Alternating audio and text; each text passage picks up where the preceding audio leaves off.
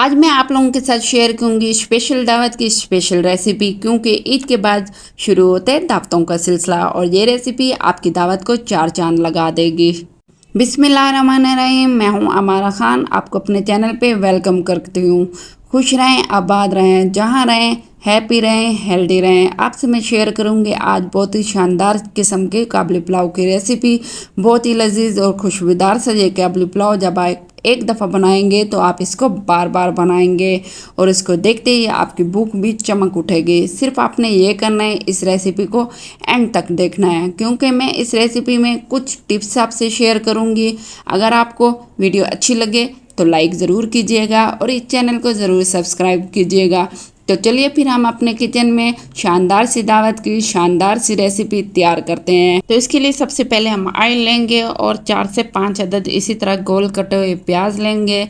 और इसका हम क्या काम करेंगे, आपने इसको सबसे पहले फ्राई कर लेना है, अच्छे से डार्क ब्राउन करना है। बिल्कुल जलाने नहीं है, हमने सिर्फ इसको डार्क ब्राउन करना है। और इसका क्या काम है, ये बहुत ही ज़बरदस्त इसका फ्लेवर आता है और काबली पुलाव में तो ये बहुत अच्छे लगते हैं। लेकिन हम इसका इस्तेमाल किस तरह से करेंगे ये आप वीडियो के एंड तक ज़रूर देखिएगा।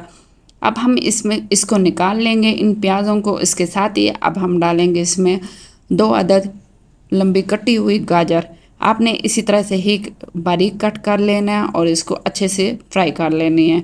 जब इसका कलर चेंज हो जाए 1 से 2 मिनट के बाद अब हम इसमें बादाम और मूंगफली डालेंगे, जो कि रात से मैंने भिगो के रखे हुए थे। जब भी इसको इसी तरह आपने काबुली पुलाव बनाना हो तो आपने रात भर भिगोए बादाम इस्तेमाल करना है। इसके साथ ही हम 1 कप पानी डाल देंगे, जिससे इसका अच्छे से जायका हो जाएगा और बादाम भी नरम हो जाएंगे और गाजरें भी अच्छी सी नरम हो जाएंगे। इसके साथ ही हम 2 टेबलस्पून सिरका डालेंगे, 2 टेबलस्पून हम इसमें सोया सॉस डालेंगे और इसके साथ ही हम चिली सॉस डाल देंगे और इसको अच्छे से मिक्स कर देंगे। मीडियम हाई फ्लेम पे इसको पकाएंगे, जिससे ये कि ये जल्दी से गल जाएंगी और ज़्यादा नरम नहीं करनी हमने। इसका पानी सिर्फ अब खुश्क करना है, इससे इसका टेस्ट भी बहुत ही लजीज आता है। और इसका क्या काम है, हम इनको किस तरह से चावल के ऊपर एडजस्ट करेंगे। इसके साथ ही अब हम डालेंगे देसी घी 4 टेबलस्पून। आप कम या ज़्यादा डाल सकते हैं ये सारे मसाले, लेकिन मुझे इसमें देसी घी बहुत ज़्यादा पसंद है। उसके साथ ही हम 4 टेबलस्पून हम चीनी डालेंगे, इससे इसका फ्लेवर बहुत ही लजीज होता है। और इसको हम किस तरह से एडजस्टमेंट करेंगे चावल के ऊपर। माशाल्लाह अच्छे से गाजर और बादाम और मूंगफली नरम हो गए हैं बहुत ही ज़बरदस्त से। और अगर आप चाहें तो कोई भी और इसमें ड्राई फ्रूट ऐड कर सकते हैं, लेकिन मैं इसमें 1 कप किशमिश इस्तेमाल कर रही हूँ। और आपने इन तीनों के अलावा और भी अगर कोई ऐड करना हो तो ड्राई फ्रूट तो आप ऐड कर सकते हैं और ये बहुत ही लजीज लगते हैं खाने में। अब हम अलग से बर्तन लेंगे, उसके अंदर सिर्फ 1 प्याज डालेंगे। मैं चावलों में 1 प्याज इसलिए डालती हूँ कि चावल बहुत ही खिले खिले रहते हैं और बिल्कुल भी हाथ से चिपकते नहीं हैं। और अक्सर लोगों को ये शिकायत होती है कि चावल के अंदर पानी मौजूद है, और वो इस वजह से मौजूद होता है कि अगर हम प्याज ज़्यादा डाल देंगे तो वो पानी पानी सा आपको फील होता है। इसके साथ ही 1 कप टमाटर डालेंगे, खूब अच्छी सी भुनाई करेंगे। कोशिश ये कीजिएगा ये पानी के बगैर ही अच्छे से गल जाएँ और इसकी ग्रेवी भी बहुत ही शानदार किस्म की तैयार हो जाए।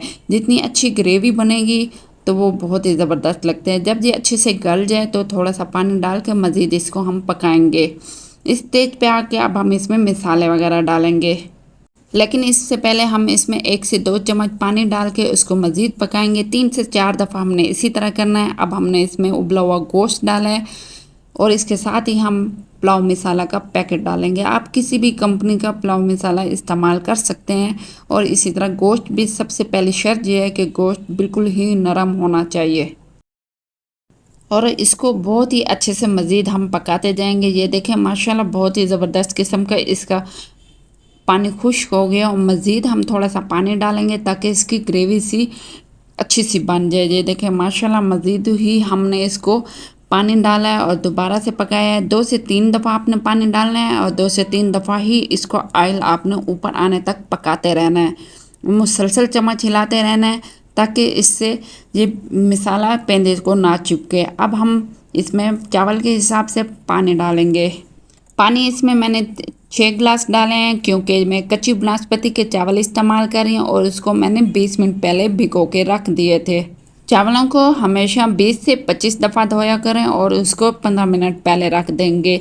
ये कच्ची बनास्पति के चावल का टाइम बिल्कुल यही है। और इसके साथ ही माशाल्लाह से इसका ये शोरबा तैयार हो गया और पानी भी अच्छे से पक रहा है। पानी पकने की निशानी ये है कि जब तक ये पानी ऊपर से खोलना शुरू नहीं करता, ये देखें बबल्स बनना स्टार्ट हो गए हैं, इसका मतलब ये है कि चावल डालने का टाइम आ गया है। और इस स्टेज पे हमें नमक मिर्च का अंदाज़ा हो जाता है। आपने हमेशा इस स्टेज पे नमक डालना है और चेक करना है कि कम या ज़्यादा ना हो जाए। अब हम चावल डाल देंगे और आग आपने उसी लेवल पे रखना है कि जिस तरह से हम पहले शुरू से ही खाना वगैरह बना रहे थे। आपने यहाँ पे आग कम या ज़्यादा नहीं करनी। और इस स्टेज पे एक टिप मैं आपको शेयर करूँगी, वो ये है कि जब भी आप चावल डाल दें तो उसको पकने के लिए रहने दें। इसमें आपने बिल्कुल भी चम्मच नहीं हिलाना। चम्मच ज़्यादा हिलाने से चावल टूट जाते हैं। माशाल्लाह से चावल अच्छे से पक गए हैं। अब हम इसको दम दे रहे हैं। इसी तरह ही आपने आग ऐसा कर देनी है।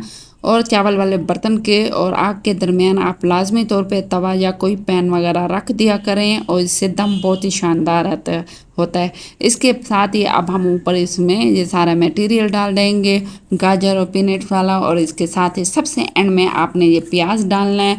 उसके साथ हम सब्ज़ मिर्च और सब्ज़ धनिया को अच्छे से गार्निश कर लेंगे। इससे बहुत ही ज़बरदस्त इसका फ्लेवर आता है और आप इसी तरह ही इसको बनाइएगा। इसके ऊपर डालने के लिए ये जो हमने गाजर और पीनट्स डाले हैं, इसका जो शोरबा है वो आपने बिल्कुल भी इसके अंदर नहीं आने देना। इसके साथ ही अब हम दम देंगे। दम के लिए आपने हमेशा खुश्क दम देना है, या अखबार के साथ या आप ड्राई कपड़े के साथ दे सकते हैं। कम से कम 20 मिनट आपने इसको दम देना है। अगर फर्स्ट करो कि चावल कच्चे रह जाते हैं, आपको फील हो रहा है, तो आपने इसी ढक्कन को उल्टा कर देना है और इसके ऊपर पानी डाल देना है, जिससे ये होगा कि ऊपर ऊपर वाले चावल जो हैं वो भी नरम हो जाएंगे और बहुत ही ज़बरदस्त से बनेंगे।